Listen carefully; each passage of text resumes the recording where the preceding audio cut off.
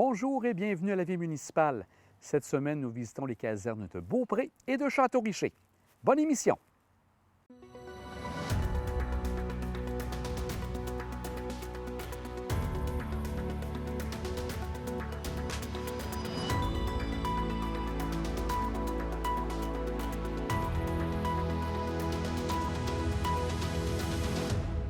Monsieur Patrick Goupil, vous êtes le directeur incendie pour la ville de Beaupré, mais aussi préventionniste. Avant de commencer l'entrevue, pour la partie directeur incendie, préventionniste, c'est quoi comme métier? En fait, c'est tout ce qui est la prévention incendie, c'est tout ce qui est sécurité des occupants dans tous les types de bâtiments, que ce soit une résidence, un commerce, l'hôpital, les écoles. Donc, nous, on s'assure des mesures de sécurité dans tous ces bâtiments-là. Et ça, c'est la partie prévention, comme vous dites? Oui. Parfait. Maintenant, si on va du côté directeur général de la caserne ici à Beaupré, Oui. vous êtes ici depuis combien de temps? Moi, je suis pompier à Beaupré depuis 2000, mais je suis directeur depuis 2006, et puis regroupé avec Saint-Joachim, Saint-Tite-des-Caps depuis 2014. Et ça, c'est un travail à temps plein maintenant pour vous? Depuis 2014, oui. Un travail à temps plein là, pour les trois villes. Puis je fais également la prévention pour les risques élevés qu'on appelle à Saint-Féréol-les-Neiges. Et vous êtes, comme vous disiez, avant 2000, est-ce que vous aviez l'occasion d'être dans le domaine aussi de la sécurité à ce moment-là? En fait, j'étais ambulancier à temps plein avant et pompier à temps partiel. Puis Et là, en maintenant, 2014, on a fait le switch vers l'incendie à temps plein. Donc, vous disiez, vous touchez Saint-Joachim. Au niveau de Saint-Joachim, est-ce qu'ils ont encore des équipements là-bas ou tout est ici maintenant à Beaupré? Non, maintenant, tout est ici à Beaupré. Là, on couvre tout le territoire de Saint-Joachim à partir de la caserne de Beaupré. Et pour Saint-Tite-des-Caps, vous dites que vous êtes aussi directeur de ce qui se passe à Saint-Tite. Est-ce qu'il y a de l'équipement là-bas? Oui, Saint-Tite-des-Caps ont encore leur caserne, tous leurs équipements, leurs pompiers. Puis nous, à Beaupré, on fait tout ce qui est la gestion et l'administration du service. Si on regarde maintenant au nombre de pompiers que vous avez au total, êtes-vous le seul qui est à temps plein? Pour Beaupré, oui, je suis le seul à temps plein.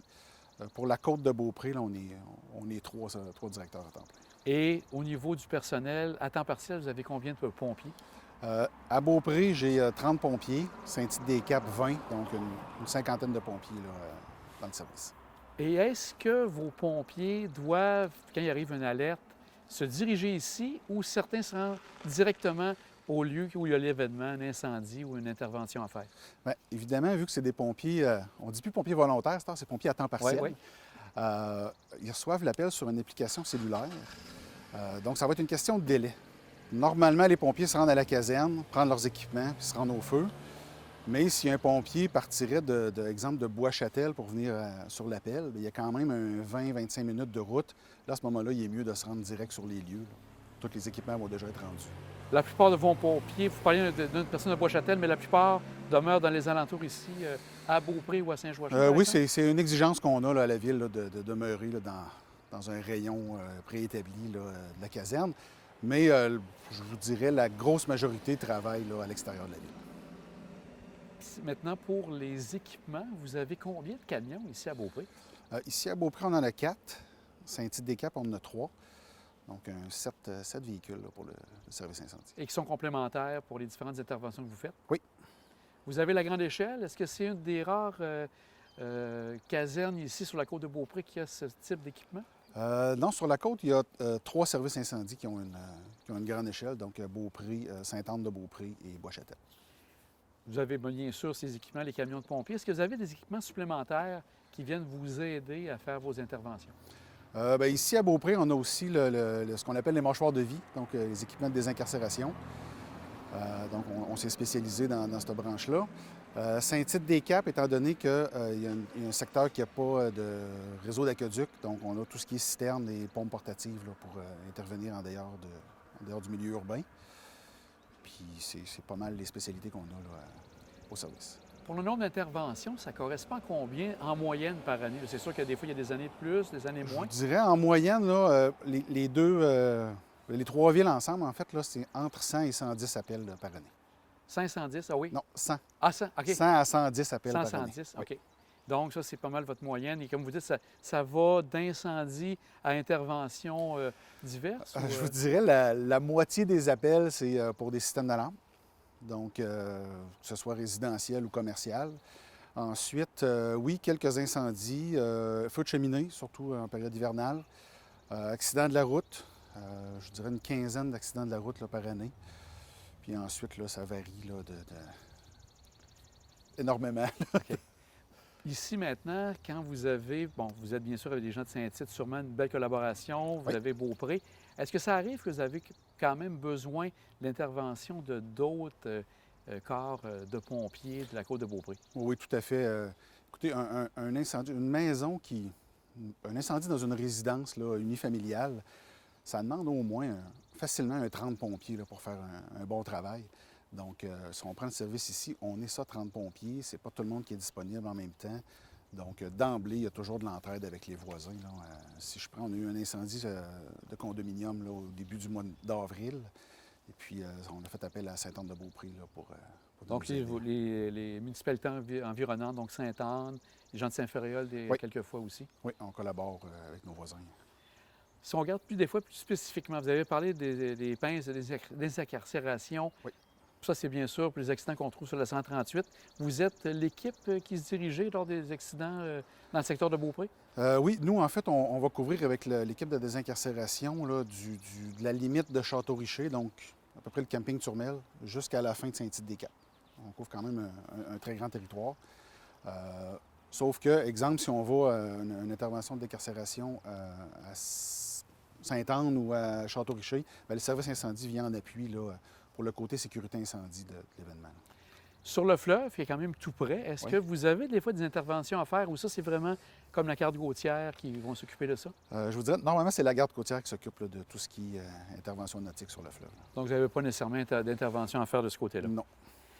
Un autre bâtiment, bien pas un bâtiment, mais un secteur aussi qui touche la ville de Beaupré, le Mont-Sainte-Anne. Est-ce qu'il Oui. va y avoir des interventions spéciales qui arrivent au Mont-Sainte-Anne ou c'est vraiment les gens de la station qui s'occupent de ça? Bien, je vous dirais, à 99 du temps, c'est les gens de la station qui s'en occupent. Ce qui arrive, des fois, on a des appels d'urgence entre les saisons, donc entre le ski et le vélo. Des fois, il n'y a pas de patrouilleurs ou les patrouilleurs sont en formation à l'extérieur, donc des fois, ça se rend jusqu'à nous. Mais la majorité du temps, là, c'est géré par l'équipe du Mont-Saint-Anne. Et entre autres, aussi au niveau des interventions, si quelqu'un fait le 911 parce qu'il y a un problème de maladie ou quoi que ce soit, là, c'est vraiment que les ambulanciers ou vous avez parfois intervenir de ce côté-là aussi? Encore une fois, je vous dirais, la grosse majorité du temps, c'est uniquement les ambulanciers qui s'en occupent. Ça peut arriver qu'ils nous appellent pour avoir un support, ne serait-ce que pour descendre une personne du deuxième étage ou un accès un peu plus difficile. Mais vous n'êtes On pas a les plus premiers besoin de répondants? bras, là. Non, on n'est pas les premiers répondants. De ce côté-là. Aussi, bon, on tombe dans la période de l'été, tout le monde est content, mais aussi qui dit été dit feu de forêt Oui. avec la Sopfeu. Est-ce que vous avez des interventions à faire parfois dans le secteur ici? Oui, je vous dirais là, entre 5 et 10 interventions par année, là, tout dépendant des saisons. Là. Présentement, là, ça ne paraît pas, là, mais on est dans une grosse période de risque de feu de forêt. Là. C'est très sec, il n'y a pas de pluie. Le vent alimente tout ça. Donc oui, on a beaucoup pas beaucoup, mais je dirais une dizaine peut-être d'appels de feux de forêt, feux de broussailles. Puis on collabore toujours avec la Sopfeu. Pour le futur, est-ce qu'il y a des éléments qui s'annoncent ici à Beaupré ou tout demeure la même chose ici Oui, bien, avec la caserne? en fait, on a eu une très bonne nouvelle il y a 2 semaines. On va avoir un projet de nouvelle caserne qui va se bâtir là, sur le nom de la 138 là, pour le service. Quelque chose de très moderne. Présentement, la caserne date de 1970. Les équipements commencent à être désuets, l'emplacement manque. Donc, on part en neuf dans une nouvelle caserne là, pour 2023. Est-ce que vous pouvez parler déjà de l'emplacement où ça va se passer ou c'est encore quelque chose qui va être annoncé un peu Non, plus en tard? fait, bien, c'est un terrain qui appartenait déjà à la ville, là, ce qu'on appelle le parc de la 138, là, qui est juste avant le pont sur la 138, là, près de la rivière. Ça va être l'emplacement de la future caserne.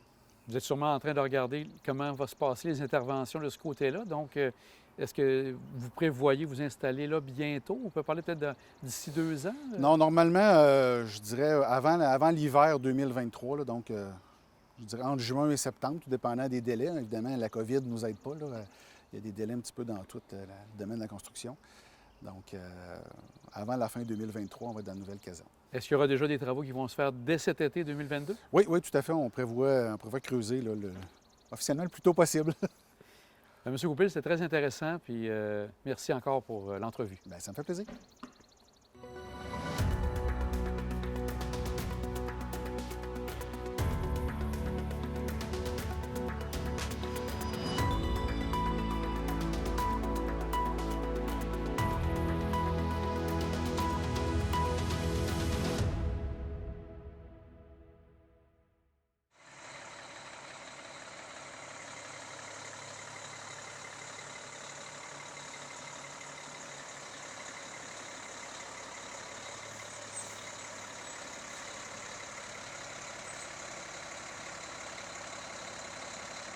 Je suis en compagnie de Luc Coulombe, qui est le directeur des services de sécurité incendie à Château-Richer.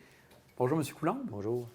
Alors, vous êtes pompier ici depuis combien de temps, là, en tout et partout?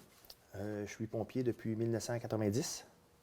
Et à la direction depuis récemment? Depuis 2011. 2011, vous êtes là. Et de votre côté, vous êtes à temps plein, à temps partiel? Comment ça fonctionne? Moi, je suis à temps partiel. Mes pompiers aussi sont sur appel à temps partiel. J'ai remarqué aussi que pour Château-Richer, vous partagez le service d'un préventionniste. Ce préventionniste-là fait quoi comme métier ou comme rôle ici à Château-Richer? Le préventionniste couvre Sainte-Anne-de-Beaupré, Château-Richer, Langerdian et Bois-Châtel. Il s'assure de faire l'inspection des risques élevés et très élevés. Et donc, c'est dans des endroits plus spécifiques que vous avez ça à Château-Richer? Oui, c'est les commerces, les gros bâtiments. Donc, c'est de ce côté. Donc, ça peut être, par exemple, l'église, ces éléments comme ça. Vous avez combien de pompiers en tout et partout? Présentement, 18. Et eux, quand ils sont appelés, est-ce qu'ils se rendent directement sur les lieux ou il faut qu'ils viennent s'identifier ici avant de quitter? Normalement, tous les pompiers se rendent à la caserne, sauf exception que s'ils partent d'un peu plus loin, bien là, on a une application qui nous dit si les camions sont partis, que les gens viennent nous rejoindre sur les lieux de l'incendie. J'ai vu qu'il y avait une liste ici à l'intérieur de la caserne, donc vous savez qui est sur place à ce moment-là. Donc, de quelle manière ça fonctionne, cette liste-là? Est-ce que c'est vous qui mettez ça à jour? C'est une application qui fonctionne avec le 911, la centrale COCA. Puis les pompiers donnent leur disponibilité, s'ils sont disponibles ou non disponibles. Ça nous donne déjà un barème de savoir si on a assez de pompiers pour intervenir. Quand on reçoit un appel, ils peuvent confirmer qu'ils s'en viennent sur les lieux, justement, ou à la caserne. Ils viennent vous rejoindre ici. Que là, on sait qui s'en vient, combien on va être de pompiers, si on a besoin de caler l'entraide. Est-ce qu'eux, à ce moment-là, ceux qui ont à passer directement sans passer par ici, ont déjà leur équipement ou vous apportez l'équipement sur place? On apporte l'équipement sur place. L'équipement est dans un de nos véhicules. On parle justement, on a le bon moment, on parle des véhicules. Vous en avez combien ici à Château-Richer? On en a 3. On a une autopompe, une unité d'urgence qu'on appelle, c'est justement, les vêtements sont là-dedans et les équipements. Et on a un citerne qui est à Langerdian, qu'on partage avec Langerdian Bois-Châtel. Donc, quand vous en avez besoin, vous lâchez un coup de fil du côté de M. Huot et oui, ou on a un de nos pompiers qui le prend en passant. En tout et partout, à Château-Richer, ça peut être combien d'interventions par année? Ça joue entre 50 et 60, normalement, à peu près par année. Et là, vous avez là-dessus incendie, bien sûr. Avez-vous d'autres sortes d'interventions que vous faites? On a des feux de forêt, on a les feux de bâtiment, bien entendu, les installations électriques, quand des fois des branches sur des fils, les pinces de désincarcération et les sauvetages hors route. On a une entente avec Bois-Châtel et Saint-Ferriol. Si on a besoin d'eux, bien, ils viennent en renfort. Pour le hors-route, quand vous parlez des pinces, vous faites aussi des interventions directement sur le boulevard Sainte-Anne à ce moment-là? Les pinces de désincarcération, c'est Bois-Châtel, une partie de notre territoire, à partir de la rue La Plante à aller jusqu'à la rue du Petit-Pré, c'est Bois-Châtel qui nous couvre pour les pinces de désincarcération. Et du côté Est, c'est Beaupré qui nous couvre. Ah, qui s'occupe de ça à ce moment-là? Oui. Parfait. Quand vous avez besoin d'aide, quels sont les corps qui viennent s'ajouter dans un incendie un peu plus majeur comme on a vécu dernièrement, je pense, il y a à peu près une semaine? Oui. C'est les gens de Sainte-Anne? Comment ça fonctionne? Oui, normalement, quand on a besoin d'une entraide, c'est Sainte-Anne qui vient nous aider. On peut les appeler au besoin ou dans le jour, vu qu'on a un effectif un peu plus bas, ça se fait comme automatique. Là, on appelle ça une entraide automatique. Ça veut dire qu'on n'a pas besoin de rien s'occuper. C'est le 911 qui les appelle automatiques. Aussi, on constate que Château-Richer est une grande étendue, autant en longueur qu'en largeur. Vous touchez combien de territoires en tout et partout? On part de la rue du Petit-Pré, à la limite du côté de l'Angerdien, à aller jusqu'à la rue Paré, qui est à proximité de Sainte-Anne. Ça donne à peu près, je pense, c'est 15 km à peu près de long. Vers le nord, on couvre la route Saint-Achillé, le rang Saint-Ignace, Saint-Achillé-Ouest, qui est un petit bras parallèle à Saint-Achillé. Ça donne aussi ça à peu près un 15 km vers le nord. Donc, vous allez directement tout près des limites avec le séminaire à ce moment-là? Oui, c'est en plein ça.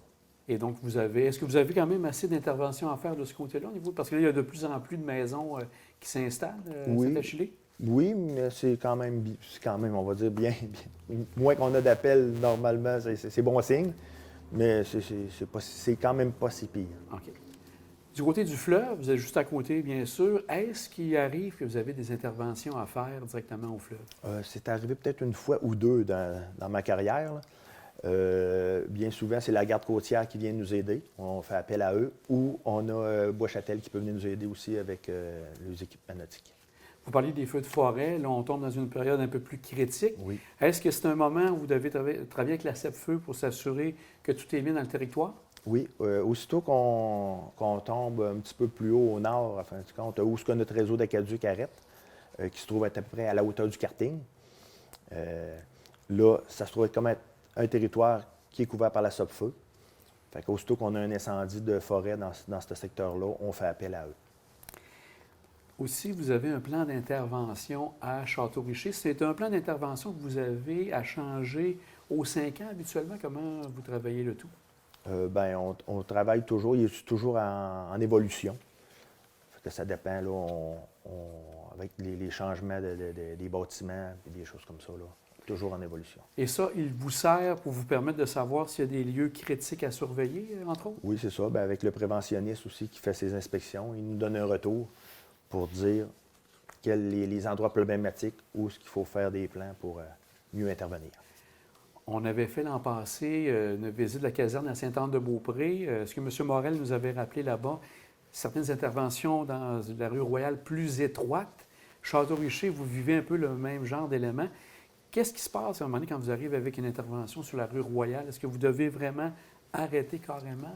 Oui, bien, il y a des fois, la plupart du temps, quand on a une intervention, on n'a pas le choix, vu que c'est justement la largeur de l'avenue Royale, on n'a pas le choix de bloquer la circulation avec nos camions autopompes. Les échelles, on appelle ça un rack d'échelles, les échelles descendent.